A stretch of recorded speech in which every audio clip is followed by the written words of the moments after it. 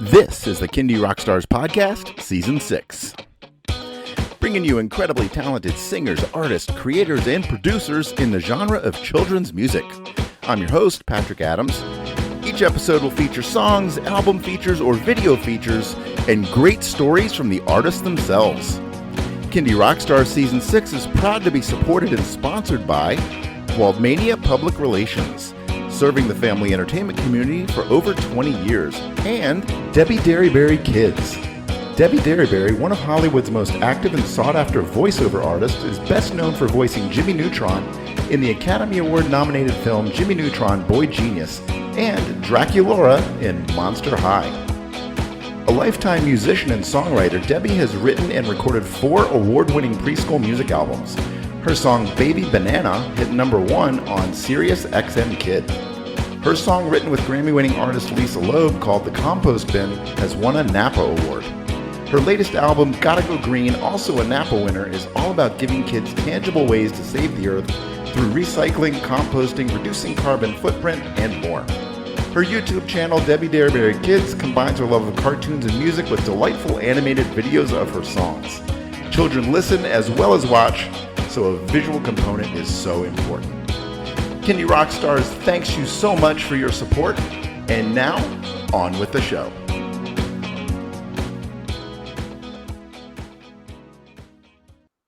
Hello everyone, welcome to another episode of Kindy Rockstars, and I have with me tonight Johnny and Beth, collectively known as Electric Blue Yonder. Welcome to the show. Hello. Yeah, thank you for having us. All right, well, thank you for coming on, and I am excited to learn about you guys. How did you get into making music for kids? It's a funny story, and it started with a lullaby, a song we wrote called Little Jack for our nephew, or really for his parents. We thought it'd be a nice thing for them to have a custom song to sing their little one. He was their first born, and they're new parents, and we wrote that song, and we didn't think much of it, and then we were touring out west, and we played this place where there's very nice people just kept asking us to continue to play song after song after song, and basically we exhausted our entire catalog and finally played Little Jack, yeah. And said, okay, this is the last one. We're going to sing a lullaby, and this will be the end of the night. And afterwards, our touring companion, Kimmy Sampson, was very emphatic about, wow, what was that song? And we were like, I'm so sorry I didn't tell you about that one, because we never expected to play it. But she was like, no, this is just Really adorable. And we spent that night on the Olympic Peninsula camping and talking about how we could make an album. And she was based out of Muscle Shoals, which is a very historic music community. And so we ended up writing and recording the MicroPARTY record there. Yeah. So this is your debut children's album? It is. Yeah. Awesome. And And how did you come up with the name Electric Blue Yonder? Oh, well, here we're originally from Montgomery, Alabama, which is the birthplace of civil aviation, among other things. The Wright brothers actually founded their first school here back in, I believe, 1910. And we had one of the first Army Air Corps bases, and we thought it would be kind of a neat tie-in. At the time, I had gotten really into parlor style guitar playing and was like listening to bands like the Andrews Sisters and the Ink Spots and that old timey music. And so we started trying to put together a project centered around that called Blue Yonder, like the wild blue yonder from the Air Force song. And over time that evolved, and we started adding influences like Electric Light Orchestra and Pink Floyd and the Beach Boys, and Blue Yonder didn't really feel like it totally encompassed what we did, so we added the electric, and here we are. Yeah, I can hear a very distinctive style in your music. It's quite cool, and it's quite different than a lot of what we hear in children's music. and I dig it. I like I said, it kind of makes me think of the 70s, but it makes me think of some current bands who have that sound as well.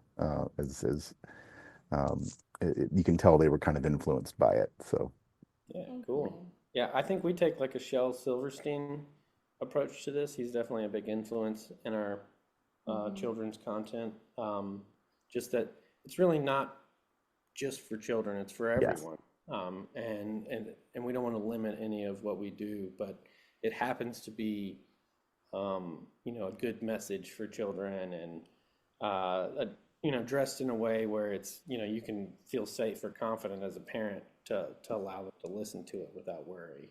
yeah, it's kind of all in what you define as a child, and a child is, of course, the preschool age child, where a lot of music is targeting that, but you know, get up into their 10, 12, they're still kids to me. And, I think my music in particular, I tend to target the slightly older kid.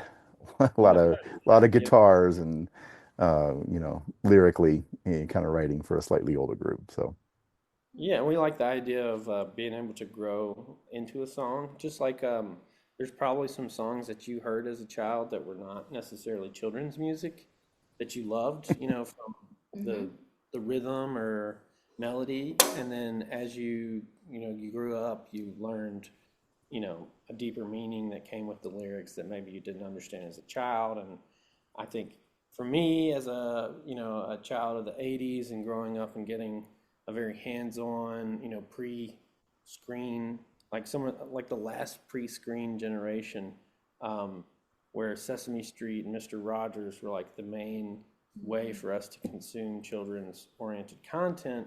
I really love the way that they always seem to sort of like slip one in for the parents in the room, yeah, and leave, like give something at a basic level that anyone can understand, but then also sneak a few cues in there at a more advanced level that, are Easter eggs until the day that you're able to comprehend at that level. And then they become, sort of like inside jokes for you and things like that. yeah, funny story.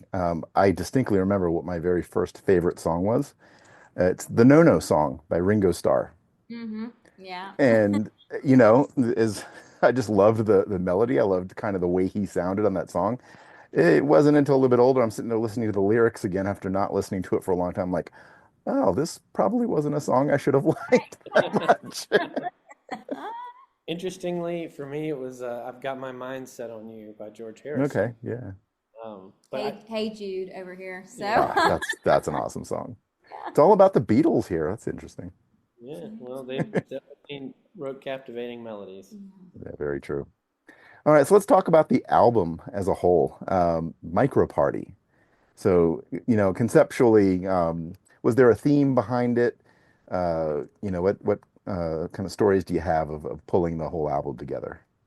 Well, from that campsite night, the next morning, our friend Kimmy called some of her friends back in that Muscle Shoals area, and some of them were kind of a big deal, if you will, and they said, "Oh, this could be interesting." So we said, "All right, we'll give this some serious consideration." Uh, as we headed back, we actually stopped and visited Little Jack. little Jack, Yeah. who wasn't quite so little anymore by then. Maybe was like four Four probably. years old. Mhm. He didn't like being called little. He was old enough to not want that anymore. But I looked at his little library and saw A Very Hungry Caterpillar by Eric Carle and picked up the book. Probably hadn't, really looked at it in 15, 20 years.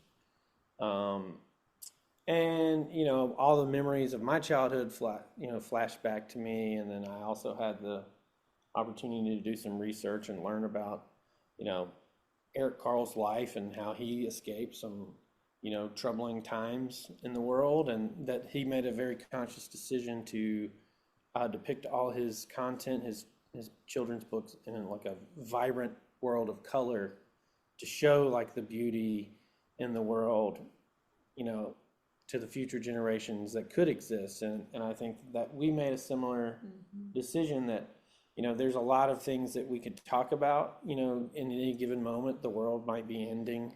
And certainly we've addressed that some in some of our regular adult, oriented music. But that, like, we want to look to a world, a brighter future where we entrust the youth of today to build something better than we've currently been able to do as a society. And that tour was in September of 2019. So, little did we know that right around the corner we'd be at home for quite a while. And so at home we thought, okay, well, now it's time. We wrote a lot of music, not just for this project, but just because we needed to. Yeah, 2 or 3 albums. And that's when we really realized that it could be something deeper than just music that would be entertaining for children, and those ideas and themes of like the interconnectedness and creating an onion sort of with different layers of learning. All that sort of arose when we had more time to reflect. Mm-hmm. We feel like maybe there's some songs out there that underestimate kids, and make it oversimplified, and that's probably okay. There's nothing wrong with that, but that we wanted to, again, make something that kids could grow into and grow up with. Yeah. And I don't think that they're, like those oversimplified songs are going to stick with those kids, beyond their early childhood. So we're, right. We want to be. That was a goal for Yeah. us. And then we also just said the young and young at heart, because we felt like adults, even older adults, could, be reminded and engage there. Especially, again, we were sitting at home, engage the imagination and find the wonderment, the childlike wonderment that we all had growing up, appreciating the simple things like the water cycle or rainbows and caterpillars. And that's what we were striving to do. Mm-hmm. All right. Well, we're going to feature 5 songs from the album MicroPARTY. And let's kick it off with the song Roly Poly. Tell us about this one. So Roly Poly is a song about our friend Beatrice, who is trying to get across town, and she's looking to her friends for help. This song kind of popped into my head when we were first thinking about what the MicroPARTY album would include, the themes and the characters, and I honestly kind of heard this kind of Peter, Paul, and Mary melody about this Roly Poly just trying to get across town, and I started thinking, well, how would she do that? I mean, she's a little roly poly. So I thought, okay, she could go for a ride on a dragonfly, and that's a pretty sweet idea.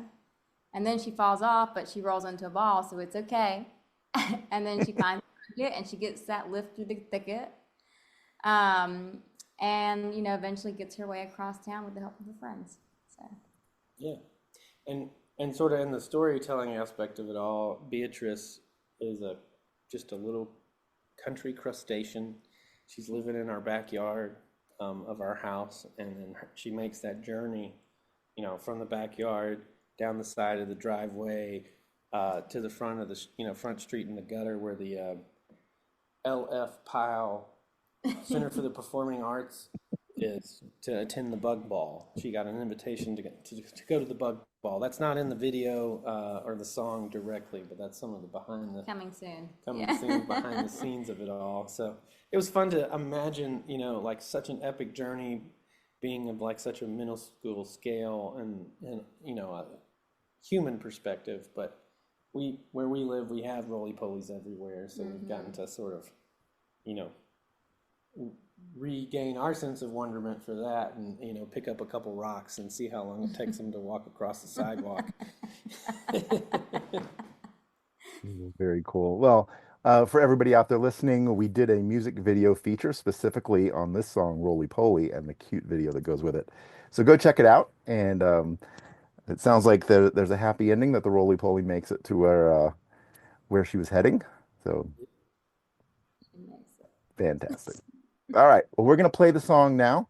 Here it is, Roly Poly by Electric Blue Yonder.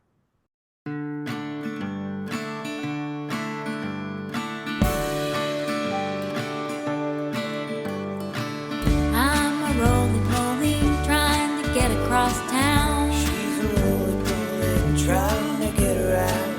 I'm a roly-poly, can you help me out? Come on, man. A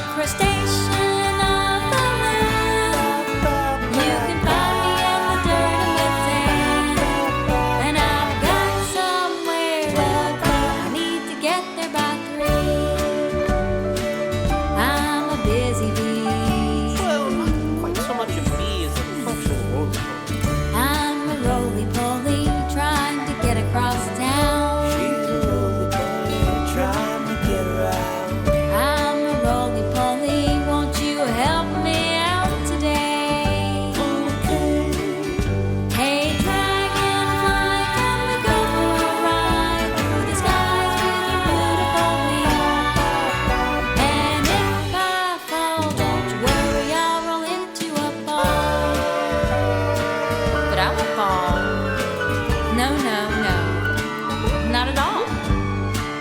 I'm a roly-poly trying to get across town. She's a roly-poly trying to get around. I'm a roly-poly, life is good and I'm not looking down. I spy her cricket, think she'll give us a lift through the thicket. With a skip, hop, bump, and a jump, we could be there by lunch. Perhaps even brunch. Yum. Mimosas. I'm a roly-poly trying to get across town. Roly-poly trying to get around. I'm a roly-poly, life is good and I'm not looking down today. Watch out for the toll. You're ripping down the road. Just as soon have us all for a snack. I suggest we leave before the toad attacks. I'm a roly-poly. I'm a roly-poly. She's a roly-poly. I'm a roly-poly trying to get across town. She's a roly-poly trying to get around. I'm a roly-poly trying to get across town. She's a roly-poly trying to get around. Rabbit, rabbit. Rabbit, rabbit. That was a narrow escape. Uh-oh. I'm a roly-poly trying to get across town. She's a roly-poly trying to get around. I'm a roly-poly, won't you roll with me now? Okay. Let's roll!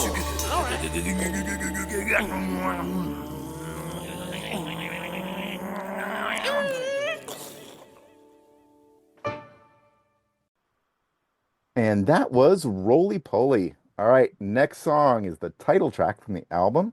It's called MicroPARTY. Tell us about this one.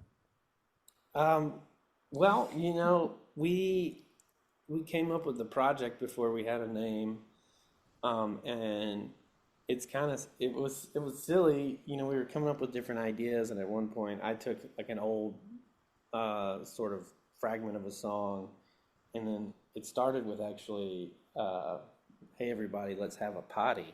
And we were like, maybe we could do a potty training song.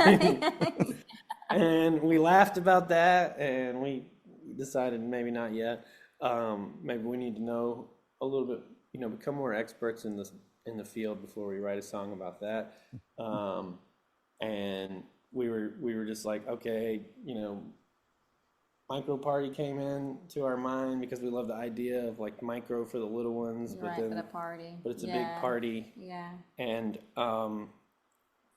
it just sort of clicked with the song, and then we thought of it like sort of like an intro theme, not just for the album, but like if this were to evolve into something like a television show type thing, like Right. sort of Mr. Rogers crossed with Mr. Wizard. And it has been evolving just kind of coincidentally into a musical.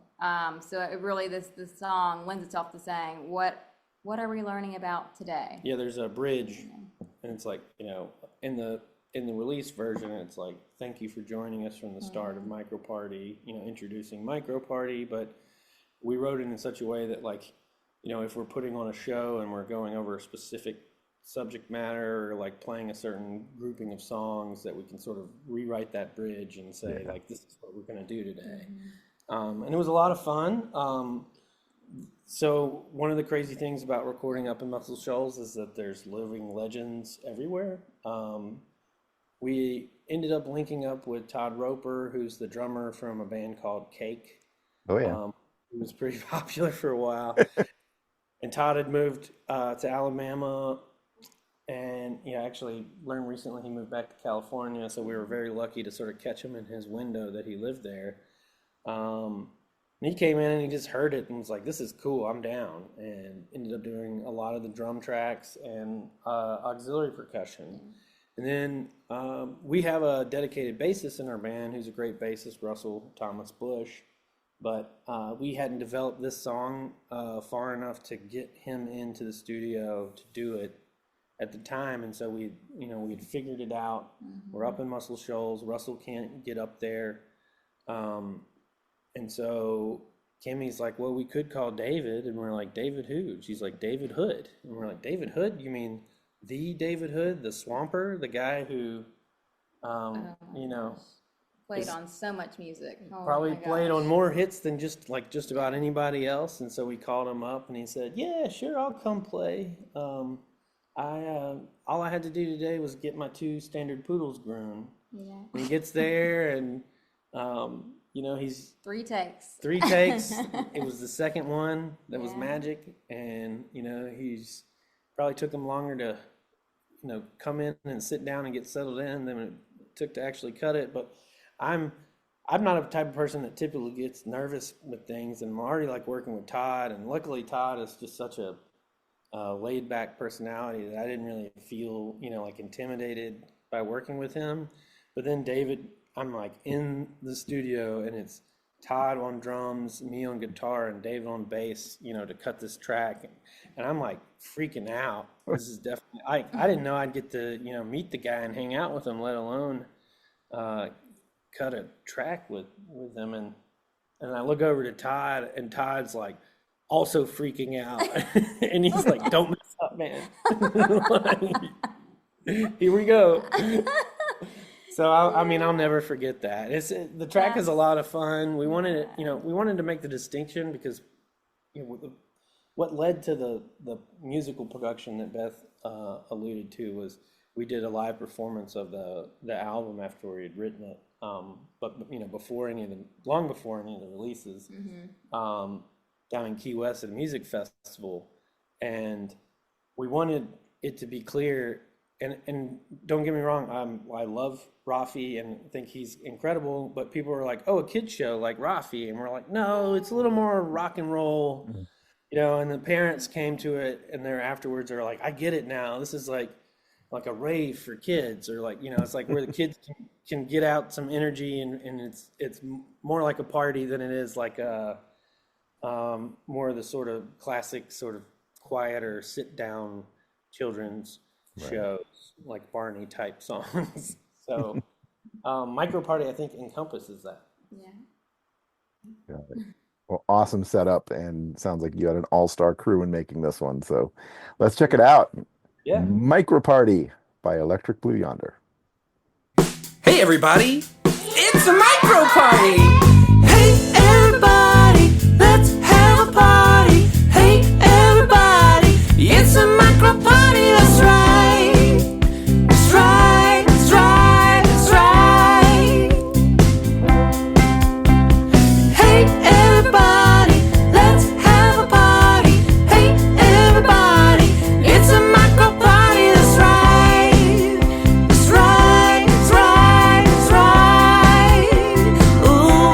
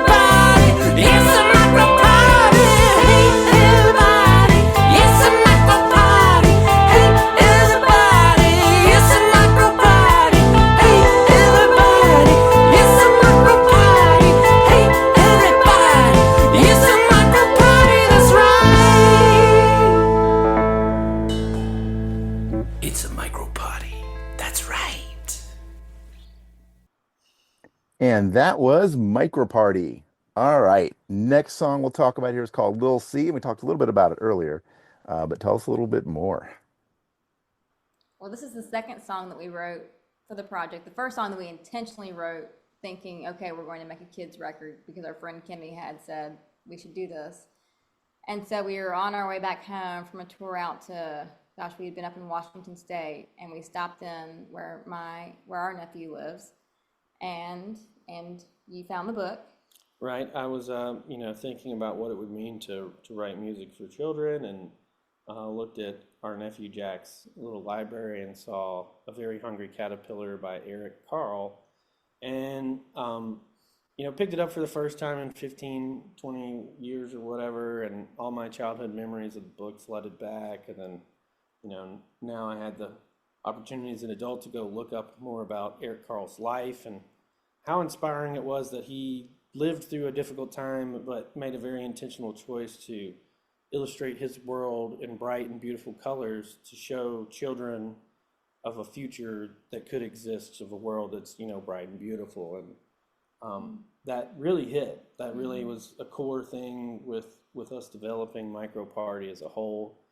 And I thought, what a cool thing to do, but to sort of pay homage to him. And so we wrote Lil C.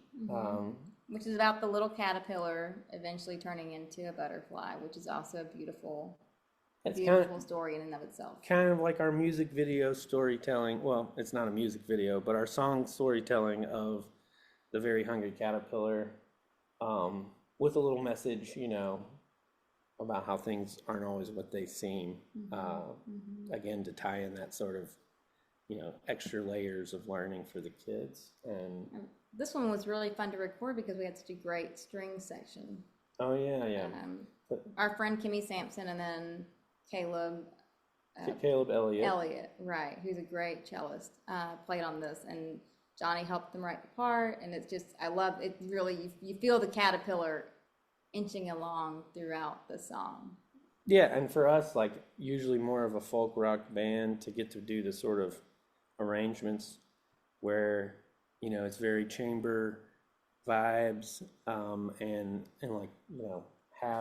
having to challenge these other really great musicians with the idea of okay, now play your violin like a bee, like a little fly flying around, and they have to sort of step outside of their years of professional experience and also find that sense of wonderment themselves. It was cool to get to see that spark light off in different people in the studio.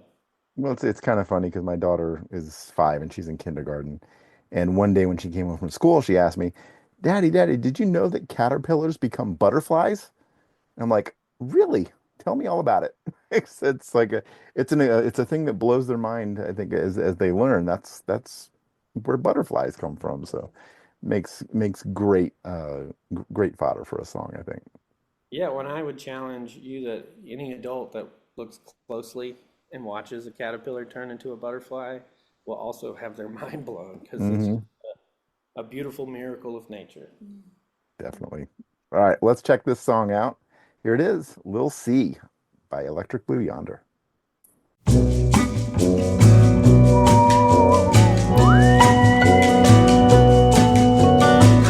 just a little caterpillar inching along to my own song.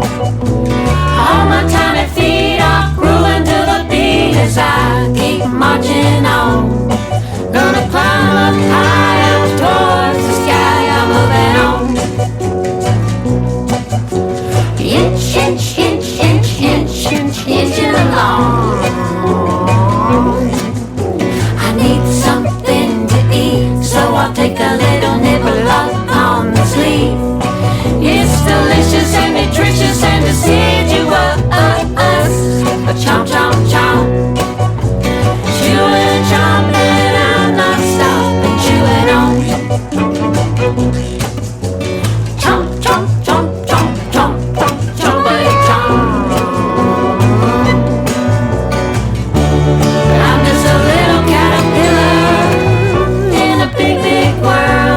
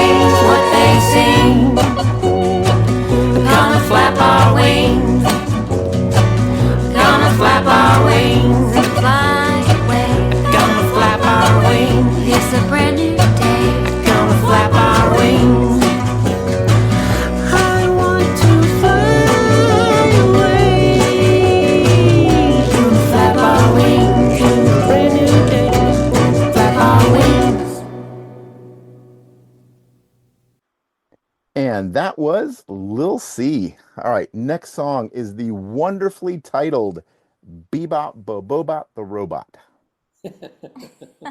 Tell us about Bebop. Well, it all goes back to a story about our friend named Michael, who likes to recycle. You see, Michael was rummaging around a scrapyard looking for trash to buff up into treasure, as one does, or if not, maybe one could consider doing. And Michael found some robot parts and built himself a friend, and that friend's name was Bebop Bobot, The robot.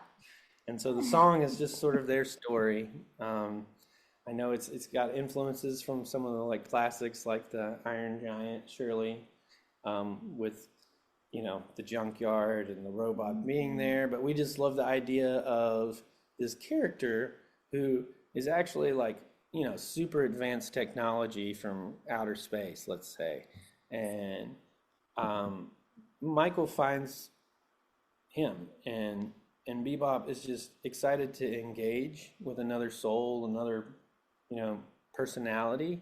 And so Bebop allows Michael to find random parts around the scrapyard and assimilates those parts into Bebop's body so that Michael can contribute. And we love the idea of, the message of like, what do you do for your friends when they fall apart? You help them put themselves back together again. So it's a song about recycling and a song about friendships. Yeah, and exploration, because then they get together and they explore the world. Yeah, I think that's similar to Beatrice and the Roly Poly song. There's more story to tell. Yeah. These are characters that we're just getting to see sort of their origins and like glimpses into their universes or their worlds within our universe, I should say. Yeah. In fact, we did this STEAM-based camp back in late December, early January down in Key West. And it was, centered around the songs of MicroPARTY, which that album actually drops tomorrow, April 25th. Yay. And we had each of the kids make their own little robot head. We just took some cups and then they could decorate them and hot glue we helped them hot glue the parts on, but each one of them made their own little Bebop. And it was so magical to see. Each one of the kids had their own idea for what their Bebop would look like. And just we put a little ball on it that would light up and they lit them up and then all of a sudden they each had their own little Bebop. Yeah, and we started with sketches, and had them sort of draw out their ideas and develop them with several iterations, and then we brought them into the hands-on experience of sort of building a robot. And we also sort of made some ringer parts of like bodies and arms, and then we embedded magnets in them so that when you brought the magnets for the arm close to the body, they'd snap together, and the kids just, their eyes lit up. And it's a thing that we thought this will be, we were excited about it. We know Bebop is probably one of the bangers, of the album.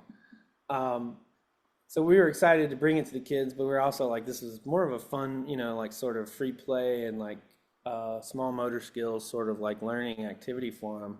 But they kept asking like all week, can we go back? They just really want to do robot camp and, skip all the rest.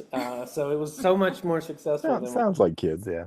Yeah, it could have even imagined. Actually, we had other friends of ours who are our age and older. Actually, we helped us make some of those ringer parts, and they ended up saying, "I would love to have my own Bebop camp." Yeah, they asked if we could do an adult version where the adults get to come make their own robots. Yeah. So maybe we'll figure that out one day.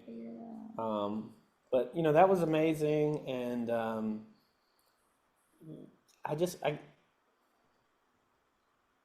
making children's music opened a door for us with creativity, and I think Bebop might be one of the greatest examples of that.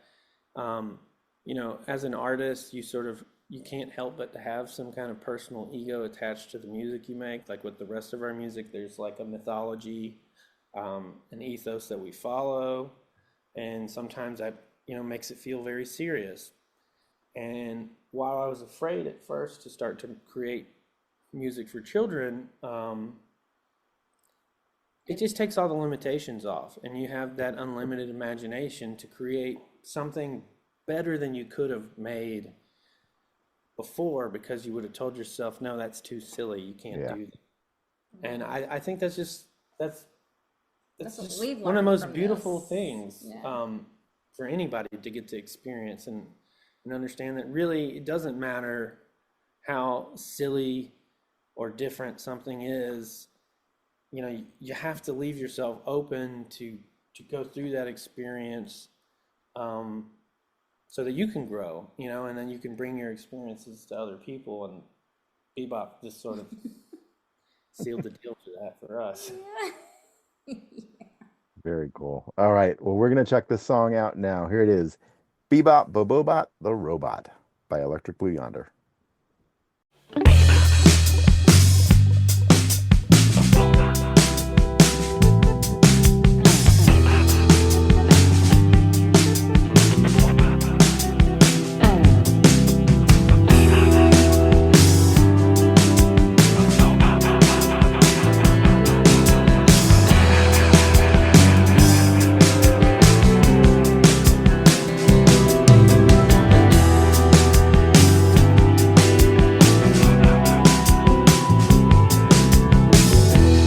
Rummaging around the scrapyard, searching for some treasure I could save. In the back of an old tool shed, I discovered a robot head. Its lights blinked on and it looked at me and it said, Bebop, bop, bop, bop, bebop. I am a robot, nice to meet you. Bebop, bop, bop, bop, bebop. What is it you'd like to do? I said hello, Bebop, bop, bop. My name is Michael. You're in luck, I'll buff you up because I like to recycle. Let's find your parts, my friend. We can put you together again. After all, that's what friends are for. Bebop, bop, bop, bebop. You are a robot, nice to meet you. Now that you're back together, what is it you'd like to do? Well, Bebop looked back at me and said, That's not good. No one's ever asked me what I'd like to do. I'll need some time to process this information with great precision. If I'm to arrive at my own decision. said take your time, my friend. We can do it all over again. After all, that's what friends are for. Then Bebop looked back at me through what I can only assume are robot tears. Robot tears of joy! He said, Michael, It likes to recycle. there is one thing that I'd like to try. He said, what is it, man? Well, I'd like to dance! Do the bebop. Let's all do the bebop. You can do it. There's nothing to it. Do the bebop.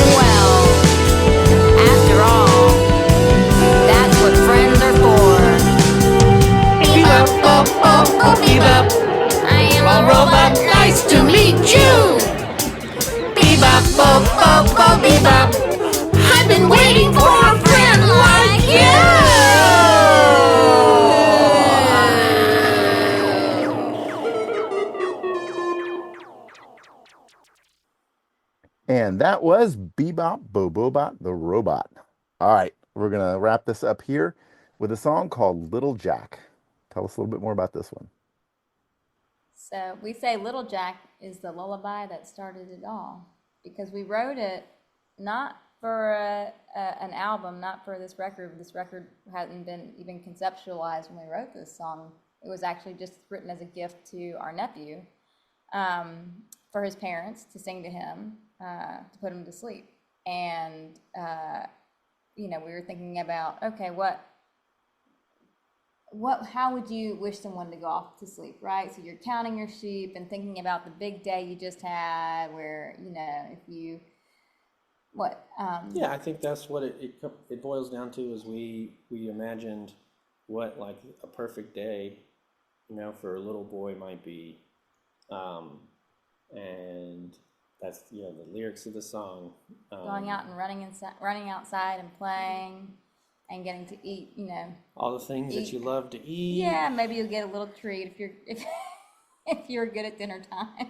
I think for us as, like an 80s and late 80s, early 90s child, it sort of captured a nostalgia of those, like the time, when we grew up, before the television was necessarily always on, or there was a screen to look at. It's just sort of like distilled those moments that, like, when we think about our early experiences in life, those core memories, like what was important to us back then, and tried to encompass that in a lullaby. In a sweet lullaby that would be, easy for them to sing and something that might be memorable.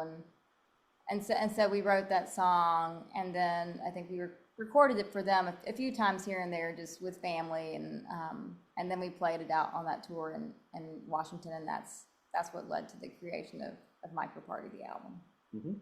All right, the song that started it all. Here it is, Little Jack by Electric Blue Yonder.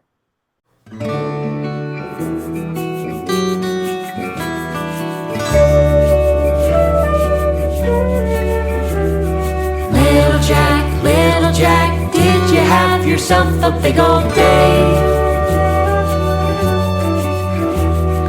Did you get to go outside, run around and play? Were there blue skies and butterflies and clouds shaped just like Cooper? That's his puppy. Aww. Little Jack, did you have yourself enough to eat? Mac and cheese, chicken and peas, and if you're good, you'll get a little treat. You had 10 toes, but just one nose. So let's try to keep your 2 socks on your feet.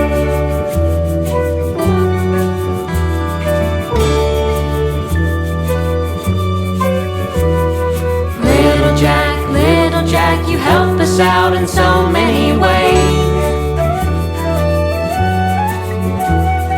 Tidying up around the house and helping things find their own place.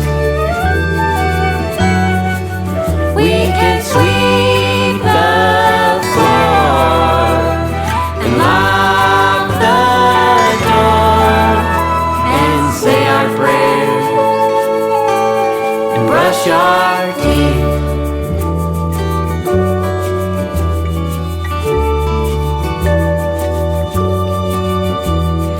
Little Jack, are you getting sleepy? Close your eyes, rest your head, count your little sheepies. 1, 2, 3.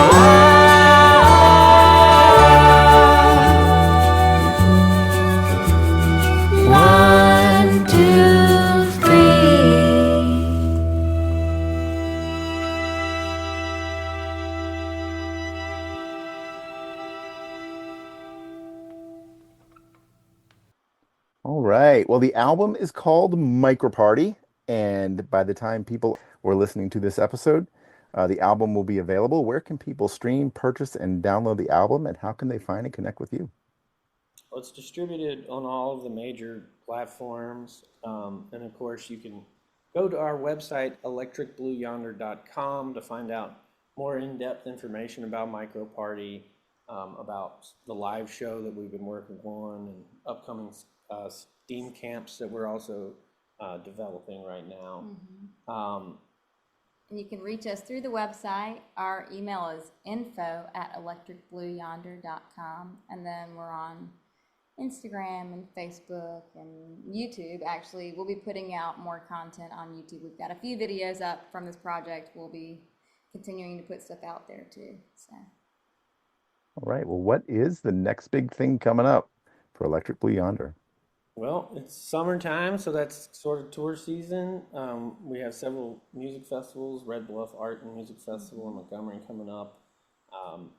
But I would say one of the most exciting things is that we're doing a Playthink Festival. That's June 13th through 16th, I believe. It's in Edmonton, Kentucky. Edmonton, Kentucky. It's a family-friendly, sort of sober festival that focuses on growth. They have lots of cool workshops, and they do sort of flow element type, like dancing to music, and often the artists that perform there do really immersive, experiential performance sets. So we might be bringing something really special to that one. It's a really cool thing too. So it's worth it on its own, but we might be premiering a very special creation at that festival. I would say be on the lookout for more MicroPARTY live shows into this year, 2026. Absolutely. Very cool. Well, Johnny and Beth, it has been wonderful having you on the show. You are Electric Blue Yonder, and everybody go check them out. Thank you again for coming on the show. Thank you for having us. This has been great. Yeah, it's an honor, really. You got it. Take care. You too.